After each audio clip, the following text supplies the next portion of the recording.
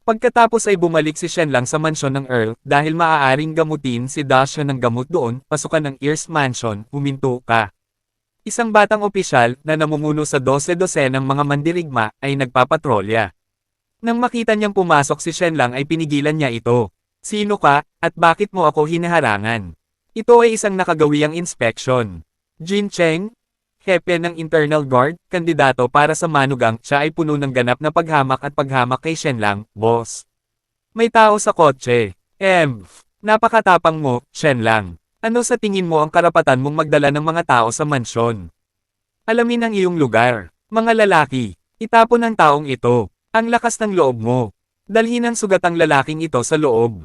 Ang dalawang mandirigma na sumunod sa Shenlang pauwi ay nagkatinginan at hindi kumikibo. Hindi nila alam kung sino ang papakinggan. Si Jin Cheng ang kanilang superior. Malamang si Jin Cheng ang tingin ng dalawang iyon. Sinusundan lang nila ako para protektahan ako pero hindi nila ako pakikinggan. Shenlang, ako ang may huling say kapag nagpapatrol. Ano pang hinihintay nyo lahat? Ilabas mo ang lalaking iyon. Wala akong sandalan sa tenga, fine. Dadalhin ko ang aking kapatid sa Xuanwu City para gamutin. Pagkatapos, diretso siyang umupo sa driver's seat at inikat ang sasakyan para umalis papuntang Xuanwu. Ang isang hamak na nagnanakaw at kilalang molester ay nag-iisip na maaari niya kaming utusan ngayong siya na ang manugang. Gaano kalaki ang iyong ulo? Ano ang lahat ng ingay na ito? Jin Cheng? Anong nangyari? Master, gusto ni Shenlang na magdala ng estranghero sa mansyon, ngunit pinigilan ko siya. Shenlang, anong nangyayari? Ang tanging kaibigan ko ay namamatay sa loob ng karwahe. Gusto ko sana siyang i-treat dito sa gabi, pero kung hindi, dadalhin ko siya sa syudad. Iyan lang ba? Magmadali at kunin ang doktor, hindi natin siya hahayaang mamatay. Hindi ka pamilyar sa mansyon, kaya ako na ang bahala. Sa oras na ito, talagang natouch si Shenlang. Simulan ang pinakamaganda sa oras na ito. Paumanhin, aking asawa, sa pag-abala sa iyo. Ano ba ang iniisip ko? Sa Mulan dito, may kakampi ako. Lady Mulan, hindi ito nararapat. Hindi dapat papasukin ang mga tagalabas sa mansyon. Naglakad siya sa harap ni Jin Cheng at kumuha ng latigo, lumingon si Lady Mulan. Biglang nagbago ang mukha ni Jin Cheng. Hindi siya makapaniwala sa lahat.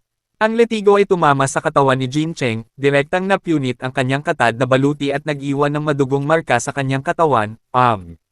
May dalawang dahilan ako para hampasin ka. Una, dahil nakatayo ka habang may namamatay, na lumalabag sa moral ng Xuanwu Earl. Pangalawa, si Shenlang ang aking asawa, kaya, siya ang iyong Panginoon, kailangan mong igalang at sundin siya. Ibinaba niya ang ulo niya at sinabing, naiintindihan, pero na. Sa oras na ito, ang doktor ng Count House, si Anzai Shi, ay lumabas upang batiin sila.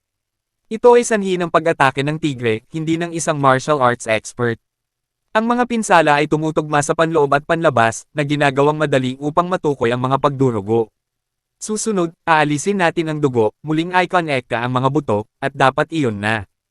Ang kanyang mga medikal na kasanayan ay katangi-tangi, at ang lokasyon ng operasyon ay tiyak na nakaposisyon.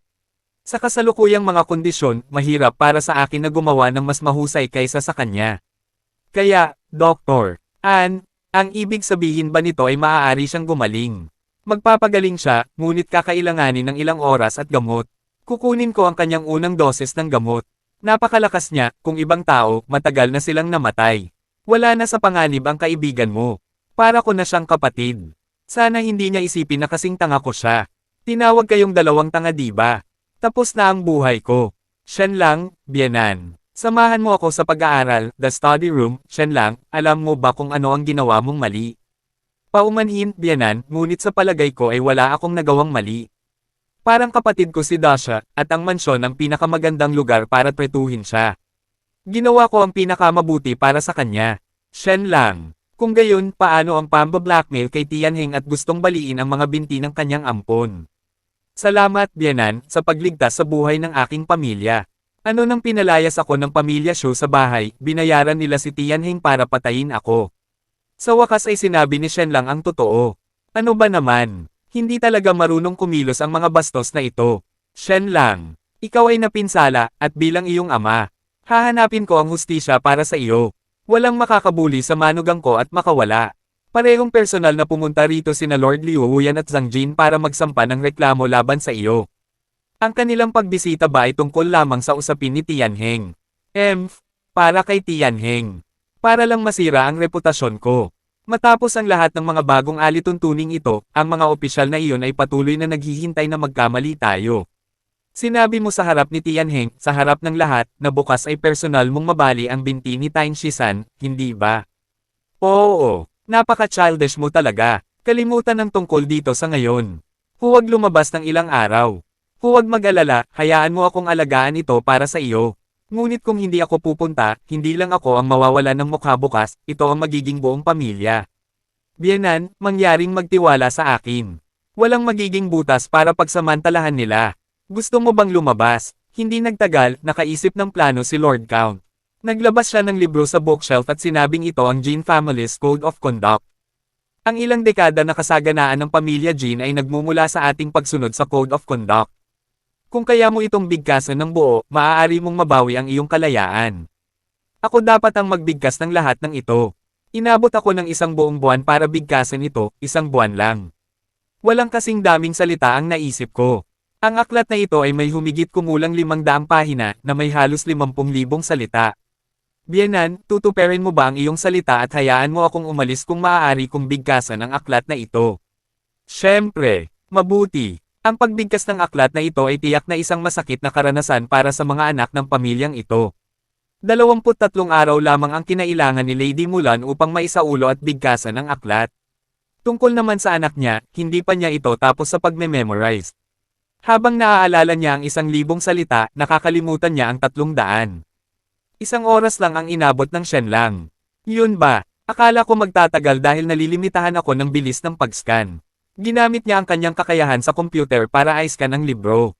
Walang sino man sa mundo ang makakabisado nito ng kasing bilis ko. Kung sinabi ko sa kanya na kabisado ko ito ngayon, malamang napapatayin niya ako. Sasabihin ko sa kanya paggising ko. May isang kama sa pag-aaral. Komportableng nahiga si Shenlang, samantala, sa loob ng kwarto ni Count kakapasok lang niya sa mansion namin, at binigyan mo na siya ng punishment. Paano kung magalit siya? Inutusan ko lang siyang i-memorize at bigkasan ang code ng pamilya.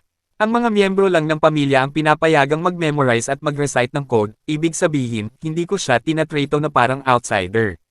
Sa tingin ko aabutin siya ng mga 3 buwan para kabisaduhin ito. Paano kung gagawin niya ito nang wala pang 1 buwan?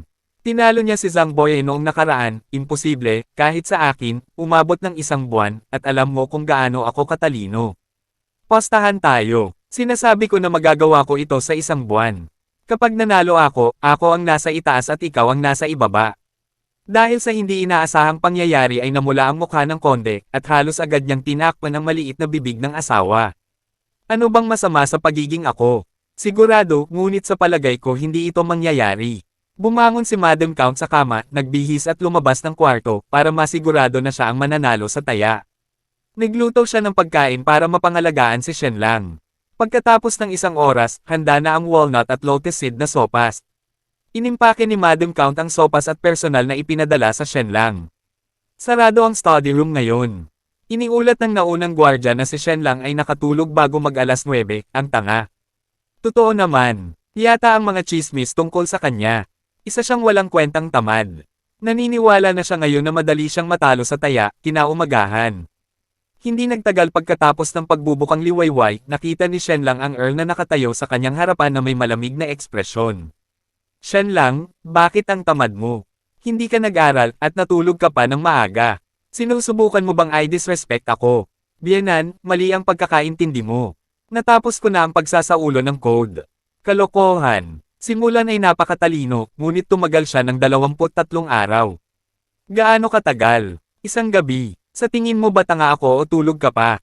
Jinzong, dalhin mo sa akin ang letigo. Disiplinahin ko si Shenlang. Oo. Ano ang nangyayari? Hindi man lang ako nadisiplina nang gumawa ako ng gulo sa Tianheng's asawa.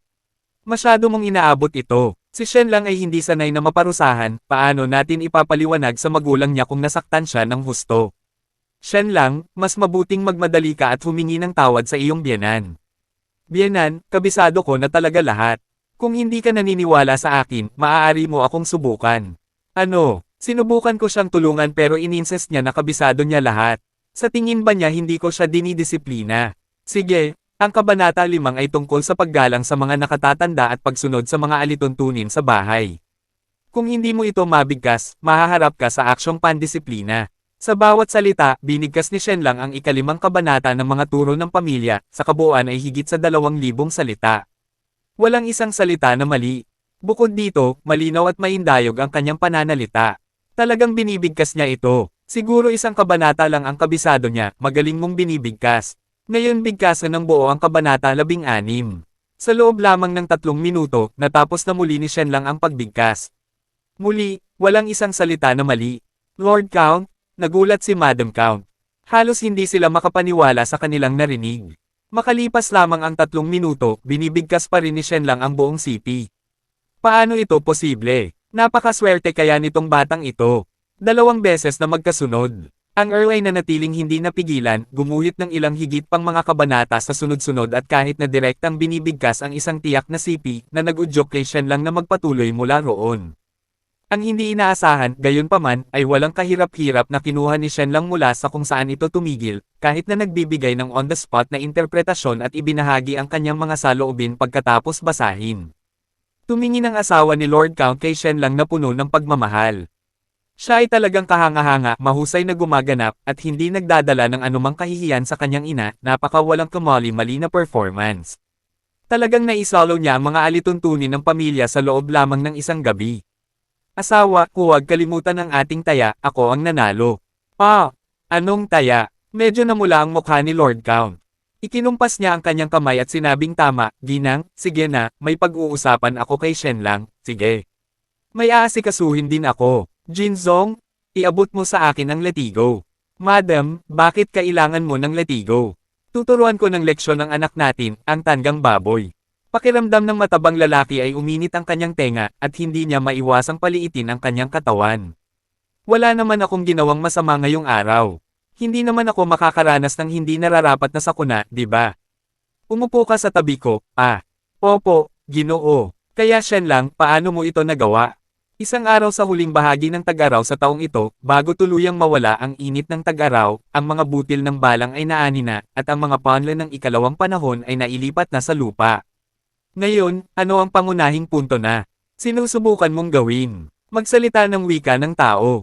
4 na araw na ang nakalilipas, nagising ako mula sa isang malubhang karamdaman at nalaman kong naging malinaw na ang aking isip at ang aking memorya ay bumuti ng husto.